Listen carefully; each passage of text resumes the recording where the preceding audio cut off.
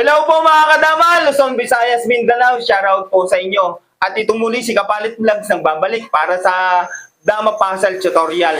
Simple puzzle boss pero kapupulutan nyo ng idea. Ipapaliwanag ko lang sa inyo mga boss. Yung pula, 3 dama yan mga boss. Yan, 3 dama. Kahit saan ibig pumunta ay pwede na kasi dama na yan. At ang piyon ng itim, 3 yan boss. Ito, piyon, isang hakbang na lang ay dadama na. At may piyon dito. Paano nga ba yan mga boss? Talunin sa 8 moves limit. Ito ang ating sasagutin mga boss at kapupulutan nyo ng idea ito. Ang key move para matalo yan mga boss ay 214. Mga boss, unahin ko na agad yung variation dito. Kung isulong yung piyon ng 9-5 ay talo na. Kasi magpapakain, kain, at kakain dito. So, kung tumira dito, mga boss, siyempre, ibabalik lang doon. Talo na. Okay? Talo agad. Balik natin. At kung, balik natin, ganyan, baka sabihin nung viewers natin, ikaw itama. Siyempre, susubukan na, boss. Okay? Kaya balik natin doon sa pinakaumpisa ng pormada, mga boss. Yan.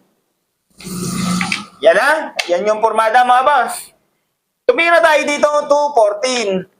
Ngayon, idinama, boss. 1 move sa dama. Sa ganito mga boss, satakin natin 14, 12. Yan. May option ng tira, boss, ang itim. Pwede dito, kung dito ay talo na. Siyempre. Bakit? Pakita ko lang ha. O, ito yung pangalawa, no? Pangalawa. Kasi ibibigay ito, boss, oh. Yan. Kain, saka kakain. O, hindi na abutin na 8 moves limit. Para humaba yung laban naman, patagal-tagal din natin, ay ganito. Yan, nakaganyan na lang. Yan. Ay kung dito tumira, kasi nakakadalawang moves na, no, galing doon. Yan. Kung dyan tumira, mga boss, simple taktika lang din na ating gagawin. Ipakain, siyempre, bawal. At dito lang pwede. At dito, 1 or 5. Kung dyan mga boss, or dito, kung dito kasi, hindi na tatagal ng laban. Dito. Yan. Pinakain.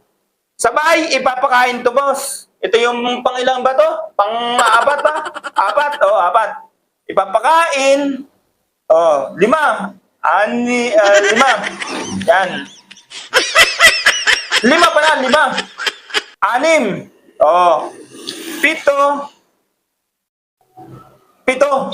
Pagtira dyan, boss, kahit doon, dito na tayo. Pagtira doon, sakto, 8. Bahala lang kayo bumilang, basta hindi siya lalabas ng 8 moves. Talo, di ba? Thank you mga boss, natatawa talaga ako.